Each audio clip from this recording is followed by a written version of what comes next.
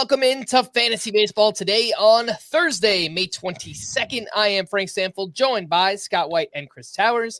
Today on the show, we'll have a little waiver wire, this or that. Will the real Kevin Gausman please stand up? Every time this guy goes out there, I don't know what we're going to get. Big day for catchers and much more, but let's start with the players of the night. Give me that burger to go!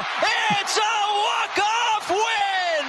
I can only play that soundbite when Jake Berger has a big day, so it made sense to do it today. Chris, you are up, player of the night. Yes, Jake Berger, who I believe was rewarded with a bunch of Burger King swag after that walk-off for the Marlins, Burger King being a Miami company, so it's great brand synergy there, and he's back. I don't know. He's hitting like 340. He had 2 home runs on Wednesday. He's got 3 home runs, I think, in 9 games since coming back from AAA. And I think this just highlights what we've kind of been saying since he got sent down and then since he got called back up, which is, at least for me, my expectations for Jake Berger didn't really change when he got sent down because this is who he's always been.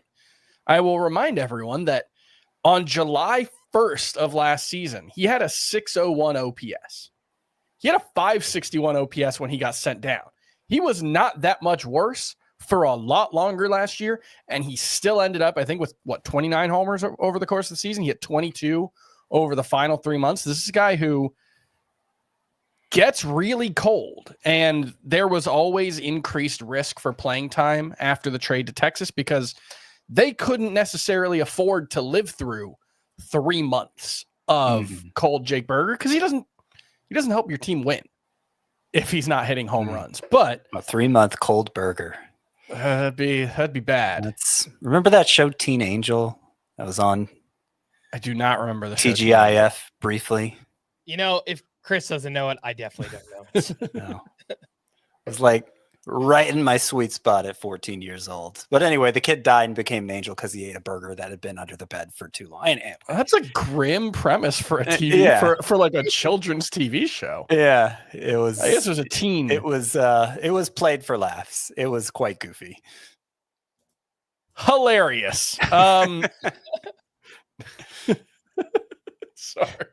But yeah, Jake Berger, he is hot right now, and when he's hot, he's extremely useful in all formats. Less so in head-to-head points because his plate discipline is really bad, but he's certainly a must-roster player in any roto league, and I would think probably in a points league when he's locked in like this because he's liable to be a 880 OPS bat for the next 3 months like he was for the last 3 months of last season. I'm not saying he will be, and there will certainly be more fallow periods for Jake Berger, and as we've already seen, there's playing time risk when that happens. But I think he's someone who should be pretty nearly universally rostered because he was universally drafted, usually with like a top 10 round pick coming into the season.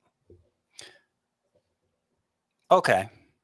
I guess, let's see, what should I respond to first? I guess the first thing I'd say is that the only concern when he got sent down is, well, like you said, I mean, the Rangers, would they be able to wait out Berger? Mm-hmm. Would the fact they sent him down suggested they wouldn't win? Would he be back, et cetera? Not that Berger's profile had changed, just that he didn't have the luxury of repeat chances the way he did with the White Sox and Marlins. What happened was always the plan. Yeah. They said our plan is to call him up relatively quickly after we sent him down. So they wanted him back. Yeah. Yep. And he should be back because I think he's their best option at first base. The other thing, when you brought up the idea of Berger needs to be rostered in points leagues too, I mean, would you take him over Rhys Hoskins in a points league? Like it gets Hoskins, to where they're just kind of profile. There are just too many corner infield options in a league that doesn't offer a third corner infield spot to fill. No, that's fair. And so I think Berger, with his, one thing we know about Berger, he's not going to walk much at all. Mm-hmm. And he's going to strike out at a pretty high clip. So I think if the situation at first base or even third base, where he's still eligible, was more dire, I could see, okay, you got to pick him up in points leagues too. I think he falls just a little short of that for me still. But obviously in Roto League or even most categories leagues where you need power, absolutely. All right, Scott, let's go over to you for your player of the night, Kevin Gausman. He's all yours. Yeah, wonderful. Yeah, he's become an enigma. So just to kind of recap, okay, let me talk about what he actually did here first. Wednesday, Kevin Gausman, great start, 7 shutout innings against the Padres, struck out 9, walked none. It was a beautiful start. It was his second best start of the year. But, he's kind of had 3 starts like this, 3 amazing starts, and then pretty spotty otherwise. And to kind of recap Gausman's season so far, after 4 starts, he had a 2.49 ERA, but the splitter didn't look right. We thought it was kind of fake. And then after that, the ERA spiked all the way to 4.59 because he was giving up more runs. But interestingly, the splitter was starting to get a lot more whiffs, but the shape still didn't seem right. So was the splitter really fixed? Should we even care because he was giving up runs now? It was hard to say. Well, we kind of got the best of everything here for Gausman in this particular start because of his 19 swinging strikes, 13 came on the splitter, which, we've been seeing whiffs on the splitter recently. But not just that, the splitters had 33 inches of vertical break, which is the most, not in any single start, but the last time he averaged 33 inches of vertical break on that sinker or splitter, I should say, not sinker. The last time he averaged 33 inches of vertical break on that splitter for a season was 2022, which was right in the thick of his ace run for fantasy. So if he can sustain this shape on the splitter, it's all going to be good. It's a big if because it's one start. And so there've already in how many weeks has it been? It's basically been a quarter of a season. And we've already seen Gausman, the outlook on him change a couple times. And now maybe this is the third time. It's going to be key what the splitter looks like in his next start. If I can definitively say he's back, but if Gausman were to be back, it would look a lot like it did here on Wednesday. I am inclined to just take Gausman at face value over the past 2 years because remember last year there were several 9-10 strikeout games there as well. You said he had 3 this season. Well, he had 1, 2, 3 from June 8th to August 25th last year with 10 strikeouts. He had 4 starts last year with 10 strikeouts. And he followed the first one up with 3 strikeouts. He followed the next one up with 10 strikeouts in his next 2 starts combined. Followed the third one up with 3 strikeouts. Followed the fourth one up with 4 strikeouts. It's like, what's so frustrating about Kevin Gausman over the past 2 years is not that he's totally washed up. It's that we get these flashes of who he used to be. He's just shown no ability to do any of it consistently. I'm inclined to think that that's just because that's where he is at this point in his career. He is still capable of these big starts, but it feels like this will seem harsher now than what I mean it to be, but it feels like late career Charlie Morton. Like I'm specifically thinking of 2023 before things really went off the rails for him. He had a 3.64 ERA in 2023 with the Braves. He had a 10.08 K per 9. He had 200 strikeouts, right? Yeah. No, 183, but it was only 163 innings. He was super inefficient. But I say all that to say that he was still capable of those high upside starts, and Kevin Gausman was too last year. It's just doing that 3 starts in a row seems beyond him, let alone 3 months in a row. So that's if it wasn't attached to the name Kevin Gausman, I think we'd be more willing to look at the profile over the past 2 years and say he's just a high 3s ERA pitcher with upside. Mm-hmm. But because it's Kevin Gausman, we take the upside starts and say, oh, he might be back. And I'm with you. He might be. I will be watching his next start. I'm expecting the next start to be disappointing because that's where we are with Kevin Gausman. And I'm with you. I'm doubtful. I'm not like Kevin Gausman entered this start 47th in my starting pitcher rankings, which is obviously must roster. But it's 47th. It's not 17th. And I'm not pushing him up inside my top 30 after this start. I think he still belongs outside the top 40, but I'll continue to monitor with Gausman because what he did here was at least deserves that much.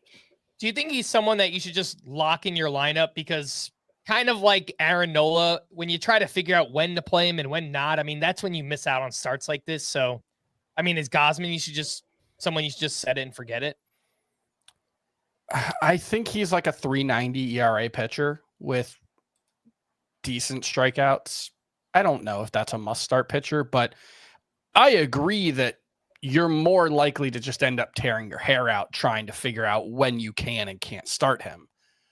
So it's more, am I starting him more comes down to whether I trust my other options rather than how I feel about Kevin Gausman, if that makes sense.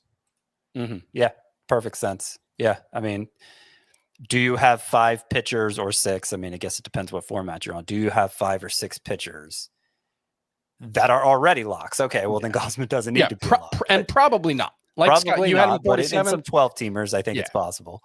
I probably had him in a similar range. Let me see. Yeah, 46. So that's probably, just if you have a worse pitcher with 2 starts, like I think Will Warren has 2 starts and good matchups next week. I'm probably starting Will Warren ahead of Kevin Gausman. That doesn't mean I'd rather have Will Warren moving forward, but it's just whether Gausman's in my lineup he's probably my 5th starter most weeks. And then, if he's got especially good matchups, lock him in for sure. If he's got bad matchups and someone on my bench has good matchups, I'm fine sitting Gausman as well. Mm-hmm. Yeah. Will Warren, by the way, I think he has a 2nd start this week, and then I think he's at the Dodgers next week. Okay, so maybe I had that backwards. Yeah. I don't think you want to use Will Warren. There was one of the guys we talked about, maybe it was Birdsong. One of the guys we talked about yesterday has good matchups next week. I think Birdsong's lined up for 2 next week, but we will find out tomorrow with Scott's Weekly Planner. Just wanted to touch on that Blue Jays game real quick. They destroyed the Padres 14-0 in that one. Just want to mention some names here. Bo Bichette, 2 more hits, 2 runs, 2 RBI. He's slowly waking up here. George Springer continues his fine season, 2 for 4 with his 7th stolen base. And Dalton Varsho hit a grand slam, his 7th home run, 35% rostered. I'm not sure that number needs to be much higher, but any 5 outfielder leagues, I think Varsho needs to be rostered in those at the least. Is that fair? Sure. I don't have a lot of faith in it, but he's crushing the ball right now. 94 mile per hour average exit velocity. We've never seen that before. No. I mean, even more than that, the fact that he had 2 homers in 1 game last week, both the hardest hit balls of his entire career. Like something's going on there. But he also has a 35% strikeout rate. Yeah. I mean, he can't sustain that. But like, you can't fake a new career high in exit velocity. You can fake an inflated strikeout rate for a couple weeks. And they were career highs by like a mile per hour too. Yeah. It wasn't, It was like a couple miles per hour, I think. Mm-hmm. All right, my player of the night is Gavin Williams, but we'll save that for a little bit later on. I want to keep things moving here before we hit our first break. Just a reminder that you can listen to both FBT and the FBT Express on Spotify. If you're watching on YouTube, you can scan that QR code that will bring you right to the FBT Spotify feed. If you're listening there right now, then drop a comment on this episode. Tell us who is your favorite buy low player right now. And thanks to those for watching us live. Make sure to hit the like button and subscribe on YouTube if you haven't already. Let's take a break, and we'll be back right after this. Liberty and Fever clash in an early season spotlight on CBS and streaming live on Paramount+. Welcome back in Fantasy Baseball Today, and we'll hit the news and notes. It turns out Jared Jones underwent successful UCL surgery on Wednesday and is projected to return in 10 to 12 months. I understand that surgery should be a last resort for pitchers, but I just don't understand when we find out about UCL damage. There are very few cases that wind up not needing surgery. And now we've seen this a couple of times, right? Like Andrew Painter comes to mind a couple of years ago. They tried to avoid surgery. He wound up having it. And now Jared Jones too. It's just, you delay the inevitable by 2 months. And now, he's probably not back until, I don't know, May or June of next year. And maybe you could have had him back by the start of next season. It's just, I never understand why teams don't just do it right away. Yeah. So I think the internal brace procedure has kind of changed the thought process on this, because the Pirates didn't say that that's what Jared Jones had, but they gave him a 10 to 12 month timetable. I'm almost certain that means he had an internal brace rather than full Tommy John, because full Tommy John is usually a 14-month timetable. So if you can come back in a year or less than a year from this kind of surgery and you have an injury in spring, it can make sense when it's a partial tear, which is what Jared Jones was dealing with. It was a strain that's a partial tear. If that's what it is, and you don't think it will get significantly worse and won't rupture, then you can make the case that, yeah, let's see if he can pitch through it for a couple of months. If not, if there's any kind of setback whatsoever, boom, we'll have the surgery and he's, he could be back by next April. It's possible. It's not likely, but it's possible, and probably May more like. So I get it from that perspective.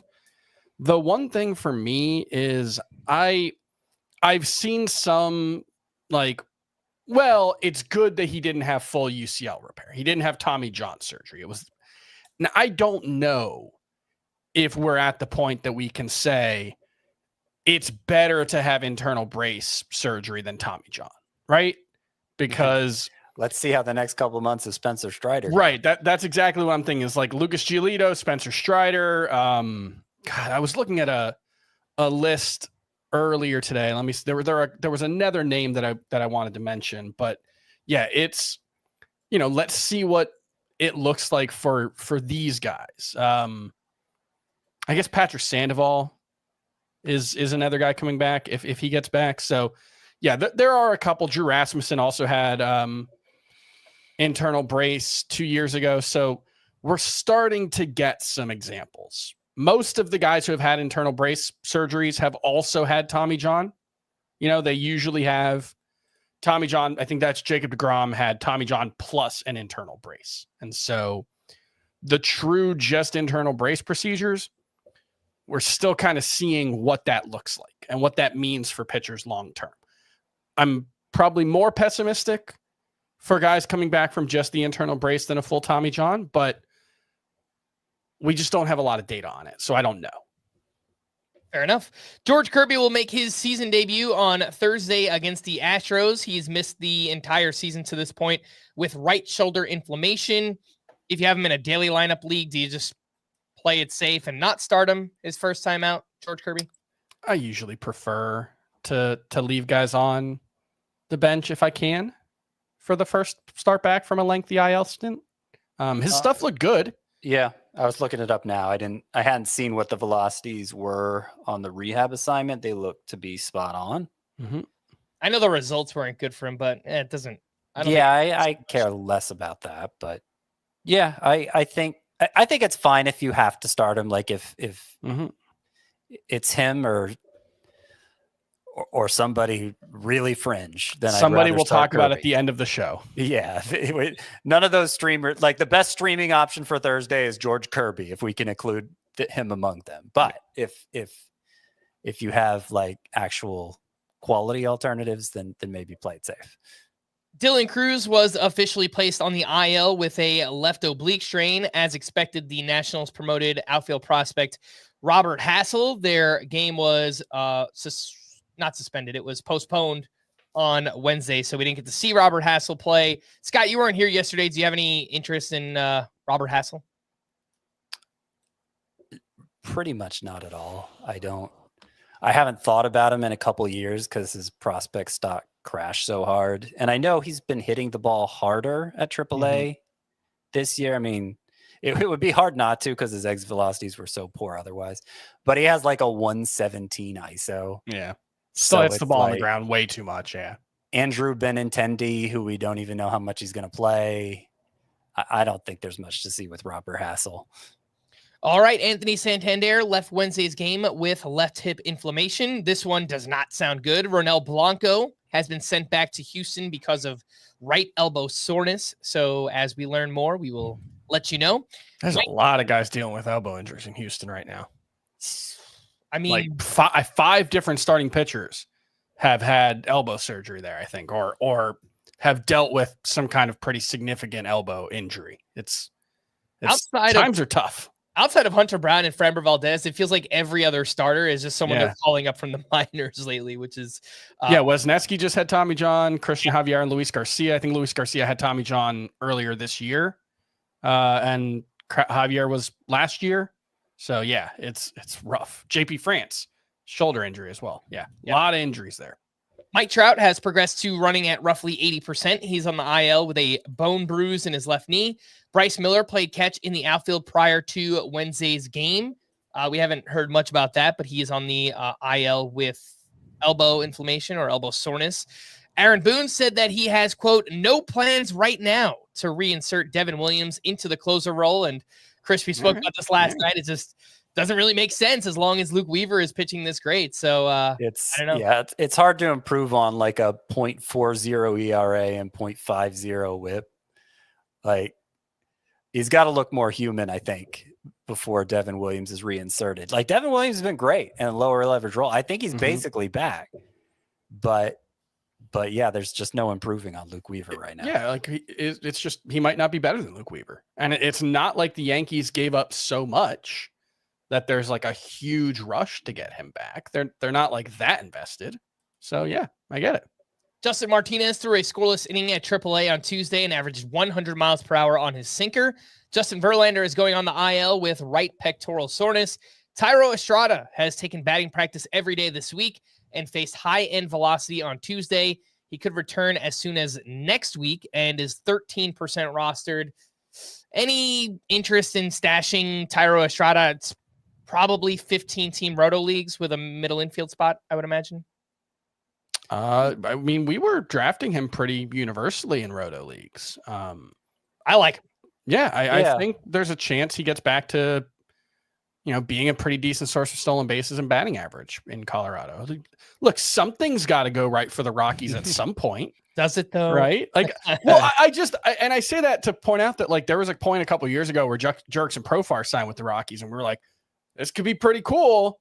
And it turned out he needed to, do some other stuff to become a good hitter. But we've done this with like the retread veteran in Colorado, and it doesn't often work out.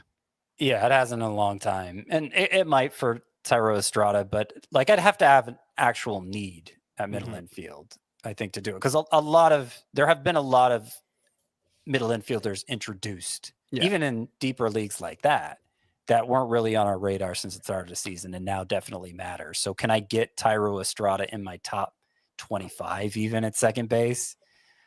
I'm not so sure of that. It is kind of weird how like it hasn't been a particularly strong offensive environment this year. It's been pretty much identical to last year, but last year wasn't a particularly strong offensive environment. And yet it feels like every hitter position is much deeper than expected. And I think the reason why is the hitters who've performed well, by and large, haven't been the hitters who are supposed to perform well. So we can't give up on the guys who have the track record.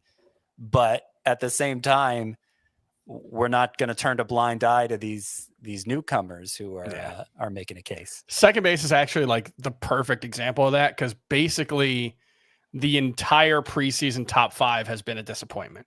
Either because of injury with Ketel Marte and Jazz Chisholm, Ozzie Albies and Jose Altuve have been bad, and Mac McClain, I think, was the number 5 guy, or maybe Jordan Westberg. Either one of those guys would prove the point. The entire top 5 and maybe top 6 coming into the season has been Marcus Semien. That's the other one. Yeah. Oh, yeah. The entire Marcus been fine when he's been healthy. Yeah, no, he's been good when he's been healthy. Yeah. It's just he missed some time, and then Jazz was fine before he got hurt. Yeah, like the entire top 7 at second base, maybe with the exception of Marte, I guess, has been pretty deeply disappointing so far. That's kind of wild. And I finally moved Marcus Semien down to 7th, which I'm sure a lot of people I moved him to 11th. Will say only 7th. I moved him to 12th. I moved him to 11th. But like, honestly, it's also like Nico Horner's been kind of bad. It's like empty, not great batting average. Same with Xander Bogaerts. Which is crazy spot. Because I think he's been the second best second baseman in Roto this season, or third. That's interesting. The position is bad. That was my takeaway updating on Wednesday, updating my rankings. Second base is bad. It's really bad. Interesting, I guess. I mean, there are names that have kind of emerged, like, is Gleyber Torres for real? Is Michael Garcia for real? Like, is Jorge Polanco back? So we have I don't know that it's bad. Like, I'm counting up the number of second basemen. It's bad. I'm counting up the number of second basemen averaging more than 3 points per game, which I think there was only like 4 last year, and there's 1, 2, 3, 4, 5, 6, 7. And how many of those do you expect to continue doing that? Well, that's a different question. But that's why it's like, again, we're trying to forecast forward, and a lot of the big names, like Altuve has been really bad this season. Albies has been really bad. Like, you guys just went over it, but that was, what I was focused on here. We probably need to move on, but if we wanted to have you guys guess the 6 second basemen in the top 100 in Roto right now, it's a fascinating list. Oh, Brendan Donovan. I did not realize. Good. Brendan Donovan's hitting 330. Yeah, he's been awesome. And the expected batting average is good too. Trying to remember why I looked into that yesterday. Bryson Stott is a top 100 player right now. Jorge Polanco, Nico Horner, Michael Garcia, and Bryce Terang. That is a weird list. I made a list of maybe a segment we'll do tomorrow. Players you hadn't realized they ranked so high, and Brendan Donovan was one of them. So. It was just 2 second basemen that averaged more than 3 points per game last year, by the way. All right. Jonah Heim left early on Wednesday due to a compressed nerve in his right hand, and the Pirates are calling up pitcher Mike Burrows to start on Thursday at AAA this year. 2.51 ERA, 105 WHIP, 11.4 K per 9, 14% swinging strike rate. NL only leagues. I mean, a name to watch. Let's see what he does on Thursday. He's not uninteresting, and I'm forgetting who said it. Someone said on Twitter today that Mike Burrows would probably be getting more hype for what he's doing right now if it wasn't for the fact that we wish it was Bubba Chandler getting called up. Yeah. And I think that was probably Eric Samolsky said it. And I think that was probably a pretty fair point. Mm-hmm. All right. Let's get into a little this or that. That's not right. What did I do? A bad name for a segment, I guess. Oh man, come on! Did you hit the button again for your hitting of that button? No, I don't know what happened. Were you going with the Fat Boy Slim? Here we go. Okay. Well, all right. You didn't hear anything. Let's get into our next segment. This or that. All right, most of these are going to be waiver wire related. In fact, I think all of them are. And Scott, you brought up one of them earlier. Jake Burger or Rhys Hoskins. I don't know if we ever came to a definitive conclusion on this one, but obviously Burger has looked great since coming back. And Rhys Hoskins, the guy is red hot. He hit his first home run on April 15th. In 32 games since, he's batting .349 with 7 homers, 23 RBI, and OPS near 1,100. Who do you like more, Rhys Hoskins or Jake Burger? Well, I think in points leagues, it's clearly Hoskins. And I do think Chris at least implied that he felt that way too. Mm-hmm. A .402 on base percentage for Hoskins this year. And walking is something he's used to doing. Last year was kind of the exception. Not that it was a terrible walk rate last year, but pitchers clearly weren't as fearful of him last year for good reason. But yeah, he's clearly the better option in points leagues. Amazing. His OPS is up to 900 now. Does that mean you guys would take Burger over Hoskins and Roto, or would you just take Well, I'm thinking about that. It's a much closer call. Mm-hmm. I mean, at his best, Hoskins is kind of a lock for 30 homers himself. Mm-hmm. But maybe Burger has more raw power, so there probably is a higher ceiling there. But in terms of what I actually think is going to happen, I think they're both going to be right around 30 homer pace from this point forward. So I'll say Hoskins either way, but it's a close call in Roto. I think that's fine. Fair, yeah. What if we made it a triple threat match and included Matt Shaw? What would happen then? So that specifically means you're talking about a Roto league because Matt Shaw's third base, so we're talking about a corner infield spot? Sure.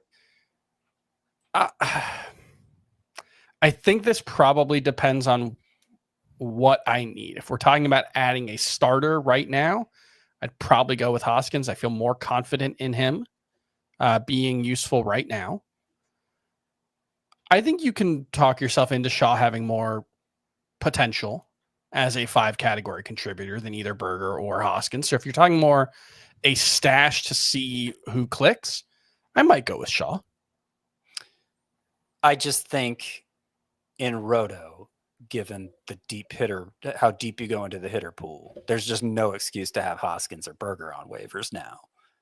When there is maybe an excuse to have Shaw on waivers, he probably needs to be picked up at this point, but there obviously isn't the assurance that comes with those other two. But I think if we're like ranking them rest of season, Shaw is clearly going to be third for me. But I think you could make the opposite case. Mm-hmm. The fact that Shaw has had 3 good games and is as rostered as Jake Berger and Rhys Hoskins probably means that it's much less likely that if you don't add Shaw this week, you're never going to have a chance to add him. Whereas people have already been passing on Rhys Hoskins. Fairly or unfairly, there is not a general appetite for Rhys Hoskins right now. There should be. There should be. I agree. There should be. I will also say, truthfully, I just have no Berger. I have no Berger in interest. I have no interest in Berger in points leagues, except as like I need to fill a spot and he's the best I can do. I can understand as an emergency play, but I just don't think even in a best case scenario, he's going to be an impactful player for points leagues because the plate discipline is so bad. Shaw, meanwhile, has sustained a low strikeout rate. So I think there's a lot more points league upside with him. So I might go Hoskins, Shaw, then Berger in points, but Hoskins, Berger, then Shaw in Roto. And what if we made it a fatal 4-way and we included Nick Kurtz, who went 2 for 5 with a double dong. He's been dropped in a lot of leagues. He's down to 64% rostered. I know it's mostly been rough, but it's now 3 homers in the past 2 games. Had someone tweeting at me that it was like 90 degrees out in Sacramento and the ball was flying out there, and just think about all the home runs that are going to be hit in July and August when the weather heats up there. So sure. If we're just ranking the 4 now, Hoskins, Berger, Shaw, Nick Kurtz, how you guys do it? I mean, everything has looked fine for Kurtz to me, except for the very high strikeout rate, which is a product of inexperience and learning the league. And I think is going to see a lot of correction to come. I've been a little unsure what to do with Kurtz in my rankings because I pushed him up quite a bit initially, and I've just kind of left him there in that 15 to 20 range at first base. So he's my highest ranked of these 4. I know.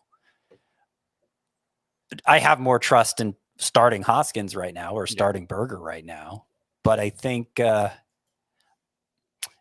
think in the long run, I do like Kurtz the most. It's just it's not the safest pick, clearly. Mm-hmm. All right, next up, Taj Bradley or Dustin May. Very shallow leagues here, but these names clearly have been dropped in some leagues. They're now right around 70 to 75% rostered. Dustin May, a great start at home against the Diamondbacks. 6 innings, 1 run with 8 strikeouts, 14 whiffs on 88 pitches.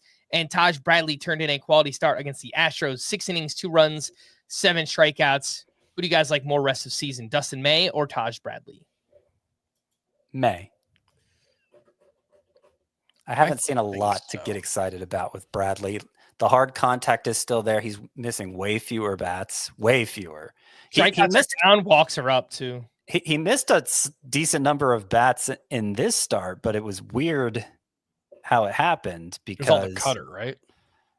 No, it was the fastball. It was the fastball, which is one of his worst pitches, and he threw it a lot more, 60% instead of 42%. and he had a decent whiff rate, got 7 strikeouts in 6 innings. So I don't think he actually accomplished much in this start, even though it was a good result. I don't think this is the formula of success for Taj Bradley. So I think he's well behind. I forgot who the other one is even, but I'm sure Dustin May. Yeah. He's well behind Dustin May, who obviously is on the best team in baseball and at least has a good ground ball rate, even though his strikeout potential is underwhelming. What if I add Max Meyer to that mix? Because he's actually been dropped in some leagues too. 75% rostered now on CBS and had his best start in a while against the Cubs of all teams. 6 innings, 1 run, 4 strikeouts here, only 8 whiffs on 99 pitches. How would you guys rank Meyer, Taj, and Dustin May? Meyer, May, Taj for me. I have them ranked the same way, but maybe you can convince me that Meyer still needs to be at the top of the list, because it's another one like Kurtz where it's just like, I'm not ready to move him down, but I have a hard time explaining why. So maybe you could explain it. I think Meyer clearly has the most upside of this 3. I think May, for as cool as his pitches look when you jiff them up, this is who he's been his whole career. Good. The stuff looks good. The results aren't bad by any means, but he just doesn't get a lot of strikeouts. His command is iffy. And I think that's probably just what he is. And he hasn't pitched in basically 2 years. So I think there are going to be limitations to his innings at some point. Meyer, that was him last year, right? Like that, he was limited last year. So I would imagine the Marlins are just going to let him go for the most part. We've seen that 14 strikeout performance from him. We've seen, strikeout rate 27% for the season before this one. He has, I think, the best individual pitch of this group with that slider. That he stopped throwing. Throwing quite as much. Even though he reversed the bad 3-start trend with this start here on Wednesday, it was like he threw that slider only 0.25% of the time. When at the start of the year, when he was gaining so much traction, Max Meyer was throwing it like 50% of the time. And he's just gotten away from it. And the results mostly have been bad, apart from the start Wednesday. And the problem is he threw the 4-seamer a lot today, and that's just not a good pitch for him. Even though he's throwing it harder, it just has always had bad shape. And so he probably needed to live in like the 96 mile an hour range, and he settled around 95. So there are concerns here, certainly. But I think the changeup is okay. The sinkers looked okay this year. Those are both kind of new pitches for him, or at least new, tweaks. So I remain more hopeful for him. But if you wanted to say that May has a higher floor, I think that's reasonable. Sure, he feels more usable. Like I am clinging to that upside we saw from Meyer early on, and hoping he can recapture it. But he's got to show some evidence of it soon, or else I think just the more usable May is going to be ahead for me. All right, next up we have Josh Lowe, who went 2 for 4 with his second home run in 7 games since returning. He's hitting .269 with 2 homers and .898 OPS. He's 70% rostered. Josh Lowe or Austin Hayes, who we gushed about just the other day. What do you guys think? I think Hayes is the better hitter. So it mostly comes down to how badly you need stolen bases, because I think Lowe will be a difference maker in stolen bases. I think you're looking at, what he still last year, 30, 35? In a bad year, yeah. I think 30. I think so. I think that'll be where he really stands out, and Hayes will probably contribute almost nothing in stolen bases. So that's a clear lead for Lowe. Oh, it's only 25. 25. But it was in like 100 and 106 games. Yeah. Okay.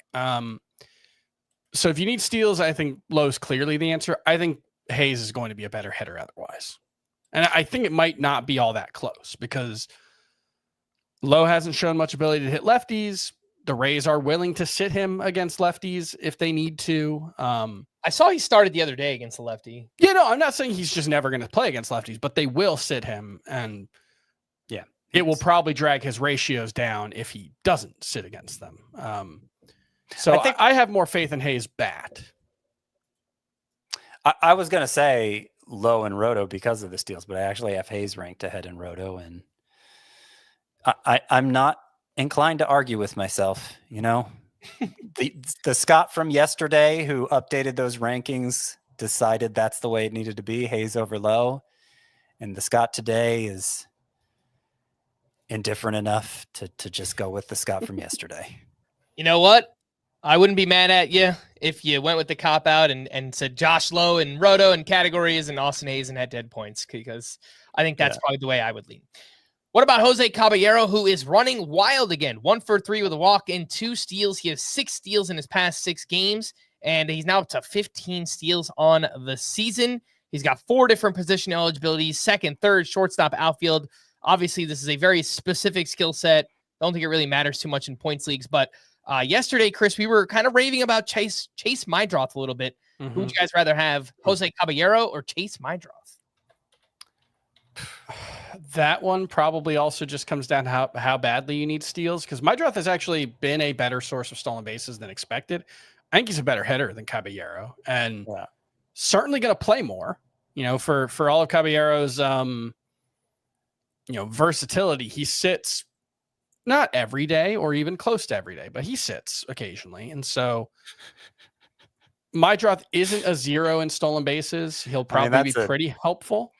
Tough life if you're not sitting every day. You don't find any occasion to sit. I mean, I love sitting. Oh, I love a good sit so much. Like every time we're on the subway, my wife's like, we don't need to sit. And I'm like, there are chairs. Let's sit. Who am I? I'm not going anywhere. Like, you sit down on the sofa and you haven't sat on the sofa in a while, and it's just like, welcome home. I did that exact thing earlier today.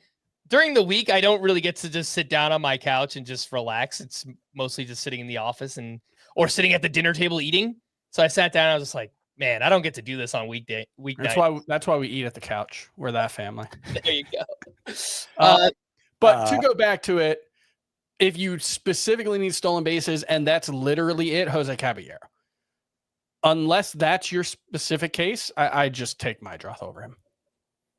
Or I guess if you need him at the one of the 2 positions he's eligible at that Mydroth isn't, I guess that would also. Is Caballero even playing that much? He has started 9 of the past 10 games for the Ravens. Did you already say that? Yeah, he's just kind of all over the place. I didn't say it yet, so there you go. Well, good. I'm glad I pressed you on it. Yeah, I just think Caballero stinks. And I'm not going to rave about Mydroth, but I don't think he stinks. So, yeah, Mydroth by default. All right, last one. Brett Beatty had himself a nice game, 2 for 4 with 3 RBI and his second stolen base. And since returning from the minors, 250, 4 homers, 10 RBI, and 833 OPS in 13 games. Deep league name here, 15-team leagues, corner, middle. But battle of the post hype, Brett Beatty or Miguel Vargas? Well, Vargas is playing a lot more. Mm-hmm.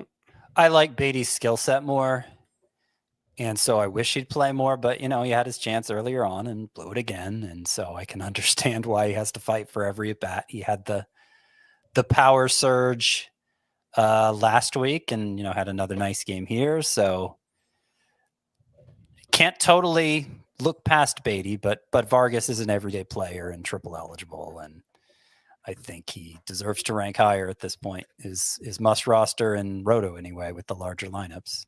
Not must roster. That's a little strong, but he deserves to be rostered. Mm-hmm. All right, let's take our final break. When we return, we will talk quickly about some other waiver wire pitchers and some pitcher questions. And I've got some big day for catchers. We'll do that right after this.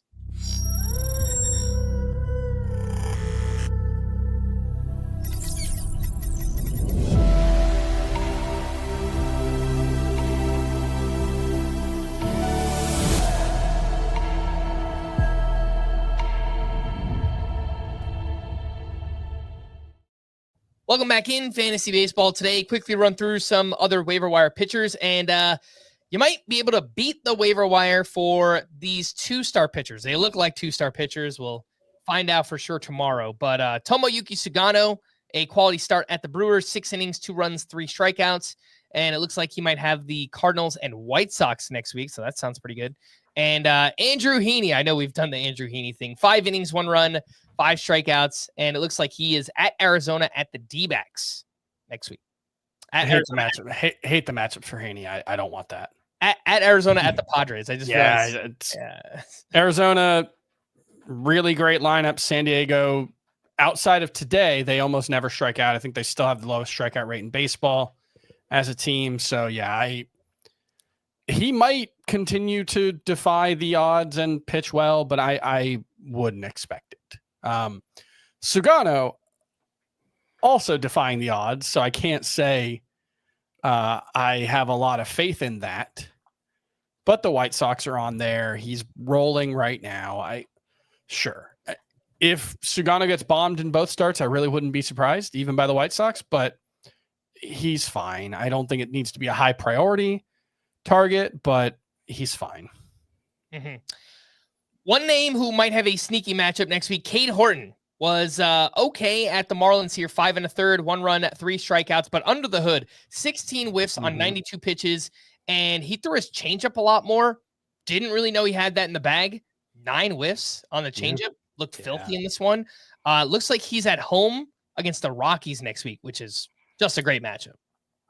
Yeah, if he's going to be a 3-pitch pitcher instead of a 2-pitch pitcher, that opens things up quite a bit for Cade Horton, who, of course, had like a 1.27 ERA at AAA, with some underlying concerns, but still, it's hard to do that at any level. And the top line here on Wednesday wasn't that impressive, but I think he raised his stock in my eyes nonetheless. Mm-hmm. And then he has an even better matchup against the Rockies next week. So not saying he's must start or anything, but if you're looking for an upside guy, whether or not you have room to start him, there might be more competition for Horton's services after next week. So maybe a good idea to pick him out now. And for my AL onlyers out there, Ryan Yarbrough, just wanted to mention, nice start here. 5 innings, 1 run, 8 strikeouts, 0 walks, 14 whiffs on 81 pitches. He's kind of the Yankees pseudo SP5 right now when they need him in the rotation. So, for the deepest of leagues right there. Hey, real quick, starting pitcher edition, just some quick questions here. Corbin Burnes turned in a quality start at the Dodgers, 7 innings, 3 runs, 8 strikeouts. He had 17 whiffs here on 96 pitches, 3 starts since he got that injection in his shoulder. 2 against the Dodgers, by the way. 1.35 ERA, 0.85 whip, 23 strikeouts over 20 innings pitched. I think we said this after his last start, but let's just confirm. Corbin Burnes, he's back? Question mark? I want to say it. Yeah. I'm leaning strongly that way. The cutter still isn't like the movement profile still isn't what we want it to be. He got 7 whiffs with it today. So I guess it didn't matter today, and maybe he's just adjusting the location but the whole thing feels very 2024 to me, where he made it work for most of the season because he would have nights where the curveball looked awesome or the changeup or the slide. And maybe that's just what he can do, but it did fall apart eventually. And I still have that little bit of concern. Not a ton, but a little bit. It's fair to have a little bit of concern, but I think given the concern level a couple weeks ago, I am feeling a great sense of relief now if I'm invested in Burnes, because I see the light, if nothing else. Mm-hmm. And it was one thing last time out against the Rockies. It's another thing against the Dodgers here. Twice in 3 starts. Still gets great results. And the whiff rate on the cutter is not just higher than last year. It's higher than 2 years ago when nobody really had any concerns about Burnes. So I think things are looking up. I would say back as a top 20 pitcher. Not sure top 5. Did you drop him out of your top 20 at one point? No, I think I dropped him to around 20. I think I have him at 13 or 14. Yeah, that's as far as I moved him down. It was 17 where I dropped him. Yeah. Okay. So, I mean, I feel pretty good as a high-end SP2 type right now. And obviously with room to grow. Like if we just get 5 more starts of this, then I'll say, okay, Corbin Burnes is fully back and, he's kind of at SP1 again. So I have 11th. High guy on Burnes. Can I point something out about the Colorado Rockies and that Cade Horton matchup next week? Because I did the research, so I might as well put it out. Sure. The Rockies have played 49 games this season. The starting pitcher against the Rockies this season has gone 6 innings at least with 2 earned runs or fewer allowed 27 times in 49 games. That's not even a quality start. That's better than a just baseline quality start. That is bonkers. They are so bad. They are bad and they should feel bad. Yeah. But that is like nobody goes 6 innings anymore. The savior, Thairo Estrada, is coming back. It could be the rug that ties the room together. We'll see. They might win games at a 47 game pace with Thairo Estrada in the lineup. Jacob deGrom continues to pitch well. This one at the Yankees, 7 innings, 2 runs, 9 strikeouts to 1 walk. He had 20 whiffs on 103 pitches. Surprisingly, the changeup looked awesome for deGrom in this one. A pitch he usually doesn't use very much, but are we getting closer to vintage deGrom? What do you guys think? I think vintage deGrom is, I don't know. I think the version of deGrom we've seen this year is fine. And like, it's not really until he gets hurt, and he'll probably get hurt, but until he does, you just kind of slot him in every day and you don't worry about it. Obviously 20 whiffs is a lot of whiffs, and it was against a good lineup. And I don't know, Chris, do you feel otherwise? All right. So here's the problem. Like, for my late 90s baseball fan heads, Kevin Brown was an awesome pitcher. He wasn't close to as good as Pedro Martinez. Mm-hmm. Jacob deGrom could be a Kevin Brown level pitcher. Cy Young contender, one of the best pitchers in baseball, and also not be anywhere close to vintage deGrom, because vintage deGrom is probably the best pitcher since Pedro Martinez. So like, it depends how you ask that question. Do I think Jacob deGrom is, health permitting, one of the 10 best pitchers in baseball right now? Yes, absolutely I do. The 4-seamer has been dominant for the past month. The slider has been great all season. He threw the changeup 7 times and had got 7 whiffs on the changeup, and 6 of them were 7 swings on the changeup. 6 of them were whiffs. Like, he looks phenomenal. It's just, I don't think he's old Jacob deGrom, where he was running 36% whiff rates on his 4-seamer. Yeah. It's more like 26, 27% right now. I mean, old deGrom would have been number 1 with a bullet, not just top 10. So yeah, so that's the question. Yeah. So now we're at the point where my only concern about Jacob deGrom is, can he stay healthy? Yeah. A month ago, I had a little bit of performance concerns. That's where I'm at. Mm-hmm. So even like length now, so 8 innings last time, 7 innings this time, that makes 4 of his last 7 starts 6 innings or more. That's pretty good. Yeah. And none less than 5 during that time. Yeah, I think, he's good. Keep starting him. Let's talk about Gavin Williams, who looked good at the Twins. 6 innings, 1 run, 6 strikeouts, 13 whiffs on 98 pitches. And he's been reintroducing this cutter slowly back into his mix. And he just used it a bunch more in this one. 22% usage, some mixed results. Soft contact here, but only 18% CSW. Maybe it helped the fastball play up because there was 10 whiffs on that fastball in the start. I will just point out, this was also a skeleton Twins lineup. Like, there's nobody right now, but a strong start for Gavin Williams. What do we think about this cutter? And I don't know, are we getting him back in lineups now? What do you guys think about Gavin Williams? I think right now, today is the best I've felt about Gavin Williams since 2023.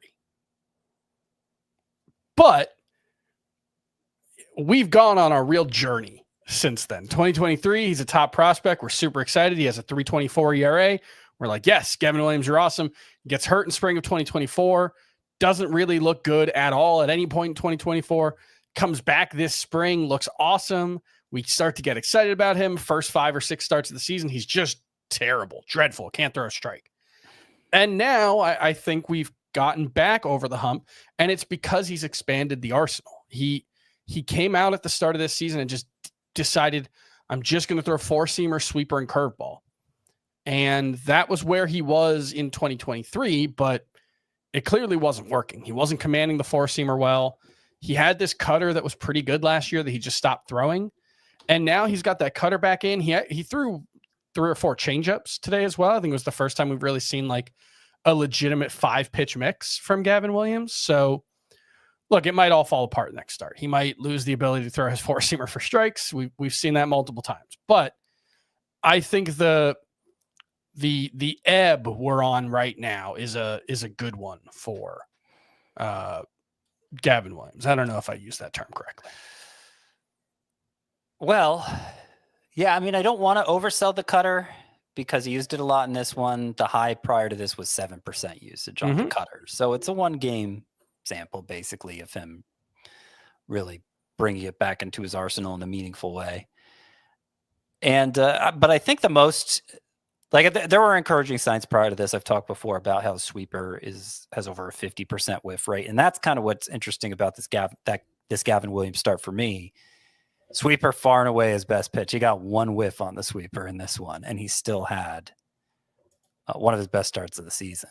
So strikes, it remains an issue. How many of those he throws? It was only a 61% strike rate in this one, even though he had just the 2 walks in 6 innings.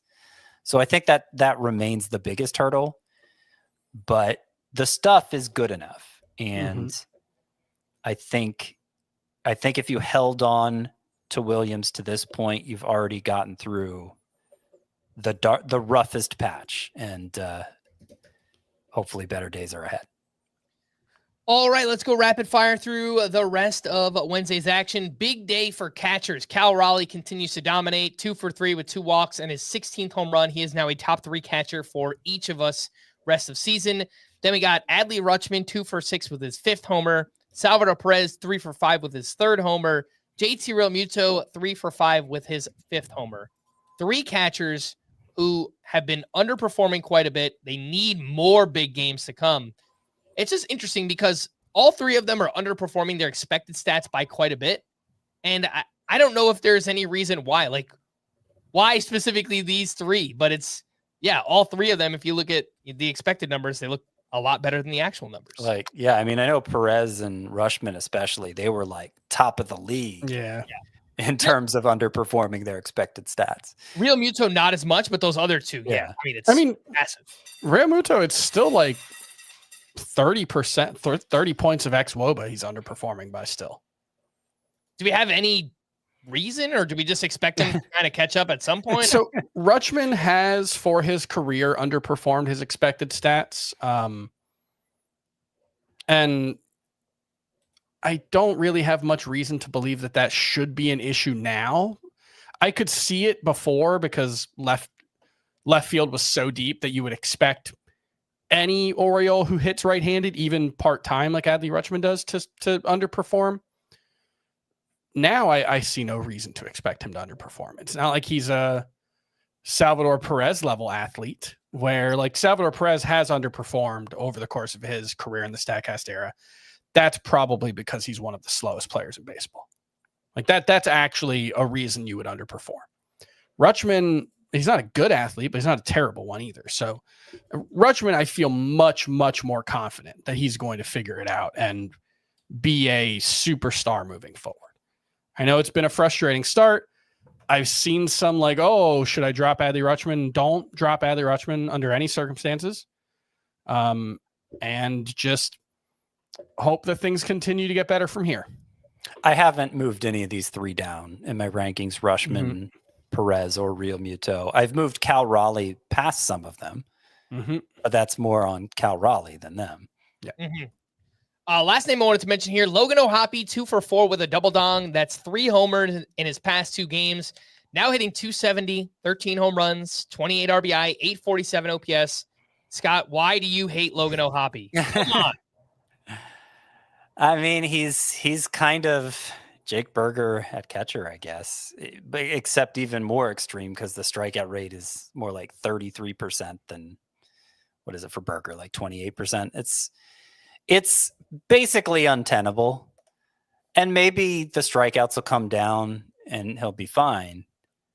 But I don't know. It's a very risky profile. Now, catcher is catcher, and your expectations, even though it's a lot, there have been a lot of newcomers to the position that are exciting. Your expectations are only so high, and so you got one of the league leaders in home runs. He happens to play catcher. And what are you going to do other than start him? I just think if you did grab a Hunter Goodman or an Agustin Ramirez, it presents you with a good opportunity to sell high on O'Hoppe, because I think it's more likely he gets worse than better from here. I will point out two things. One, Logan O'Hoppe, 27% strikeout rate in the month of May. So that's trending in the right direction. It was like 40% in April, I think. And two, this was the second home run I think he hit was the second furthest home. The first home run he hit was the second farthest home run hit this season by a major leaguer, 470 feet. Wow. Jeez. The Angels have the two longest hit home runs of the season so far. Mike Trout had a 484-foot home run. I just thought that was interesting. Look, there's no denying the power is legit for O'Hoppe. He hits the ball hard. He barrels it up. It's optimal contact for power. It's just, I mean, if he can get those strikeouts down, like 27%, that's doable. Like, you can run a 27% K rate and probably still hit like 240-ish and still be really good there for Logan O'Hoppe. Hitters who stayed hot: Isaac Paredes, 2 for 4 with a double dong, and in May, he's hitting .299 with 6 home runs. Elliot Ramos, 2 for 5 with his 9th homer. In May, hitting .385 with 5 home runs. Cody Bellinger on a 15-game hitting streak, and during that span, he's hitting .377 with 5 home runs and an 1130 OPS. And Brandon Lau is picking things up. Last 12 games, .295, 4 home runs, and OPS near 1,000. Anything to add on Brandon Lau, Bellinger, Elliot Ramos, and Isak, the Ewok? Yeah, Isak is doing his thing. I noticed this just last week. I looked at his numbers and I was like, oh, those are good. Like he just snuck up on you. And now he's kind of in the midst of a hot streak with 6 homers in his last 10 games or something like that. But yeah, everything's looking up for him. I think I moved him up to 6th in my third base rankings behind the obvious top 5. So feeling good about him. And I mean, Ramos, he's looking great, hitting the ball even harder than last year. I don't see him breaking into my top 25 in the outfield. I don't think he has quite that much upside, given the suspect plate discipline for points leagues and then the lack of steals for Roto. But he can mash. He's like, I don't know, what's a good comp? Like a poor man's Riley Green, maybe? I was thinking like a poor man's Seiya Suzuki for Elliot Ramos. Yeah, those both seem fair. I don't think to the me. batting average is going to be there, but I mean, he's hitting .296 now. He is now, but I don't think the profile supports it. All right. Want to point out on Paredes. Well, all right. One, Brandon Lau, his home run today had an expected batting average of 10. Yeah, in that game, by the way, .010. 90 degrees in Tampa Bay in a day game. This is what's possible when it's 90 degrees in Tampa Bay. The ball will just fly. Isaac Paredes, what I wanted to say on him, he has 82 career home runs. Only 21 of them have been hit over 400 feet in his career. Both of them today were. I thought that was interesting. Wow. I don't think it means anything. It's the second time he's ever had 2 400-foot home runs in a game in the same game. But yeah, maybe Steinbrenner Field when it's hot is a good place to hit. It may not mean anything for Paredes, but it means something about that environment. Yeah, the ball may carry really. Do they have a humidor there? Is this a question we should have asked earlier? They have a humidor set up? I would hope so. I don't know. So. Isn't that a standard by the league now? Right. I think they have to. But it's a minor league stadium. I don't know. Maybe I know, but I think when they outfitted it for a major league club, they would have done that. Because you would assume so. You would assume so. It is an assumption, I'll admit. But yeah, that in humid environments like that, the humidor makes the ball travel better is the idea. Mm-hmm. It doesn't make it. It suppresses the way the ball travels in drier environments like Arizona, but it makes it cut through that humid air even more. A revenge series for Paredes, by the way. He's going off against Tampa Bay. You should never have traded him to the Cubs. That was rude. Some other hitting leftovers here. A bunch of sock and shoes, just like home runs and speed everywhere. Kyle Tucker, 12th homer, 14 steal. Julio Rodriguez hit his 9th home run. Lindor up to 10 home runs, 9 steals. Trey Turner and Bryce Harper in the same game. They had a pair of socks and shoes there. 3rd homer for Turner, 11th steal for him. Harper, 8th homer, 8th steal. He already has 8 steals in 49 games. Last year, he had 7 in 145. Lawrence Butler, 7th home run, 8th steal, but hitting 232. And Zach Neto, 8th home run and 8th steal already. I mean, the guy is just, he's money. Yeah, Butler getting eaten alive on breaking balls and off-speed pitches. 45% whiff rate on both, sub 300 expected WOBA on both. That's a problem for him right now. Yeah, for sure. On the pitching side, some leftovers. Hunter Brown, he was, the victim of that hot weather in Tampa Bay. 5 innings, 5 runs, 3 homers allowed in that game. Turns out he's human after all. Or maybe he's humid. Logan Webb, a rough start against the Royals. Of all teams, the Royals. 4 innings, 10 hits, 6 runs allowed, 3 of those earned. Did have 5 strikeouts, 0 walks. Tyler McGill, an interesting start, 4 2/3, 1 run, 10 strikeouts.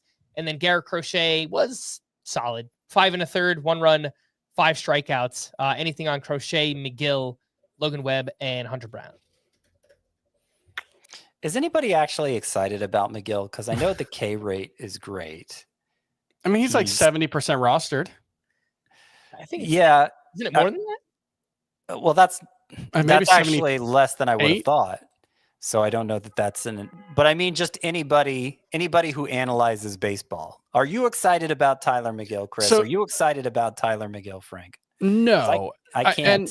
I think the problem and the positive of the Mets being a smart team now is they can wring value out of Griffin Canning and Tyler McGill and David Peterson, these very, I think, sort of fringy talents. It's just that also means that they're never going to let these guys pitch 6-7 innings unless they're super efficient. They're going to try to limit that 3rd time through the order penalty as much as possible.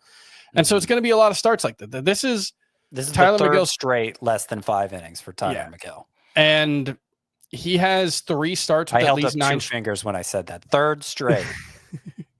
Okay, sorry. Go ahead. I thought you were doing the Inglorious Bastards. You held it up like this. 3rd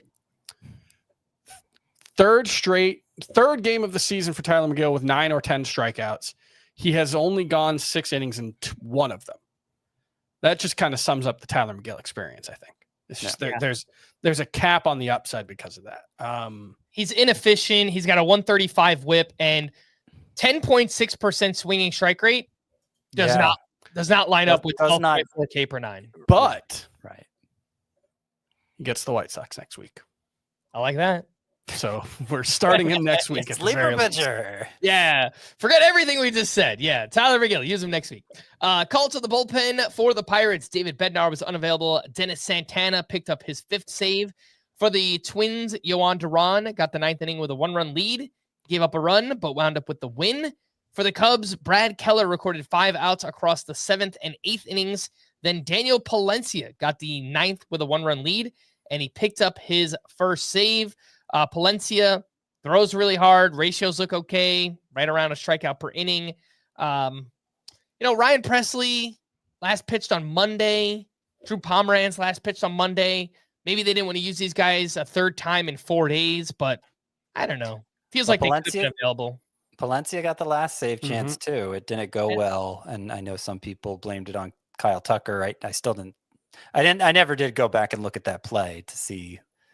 It was tougher than I made it sound. Okay. I thought it was pretty tough. Yeah. Anyway, Palencia got a reprieve and he pulled through this time. So I would guess he's the front runner, but not with a lot of confidence. And I don't think he's really a closer caliber reliever.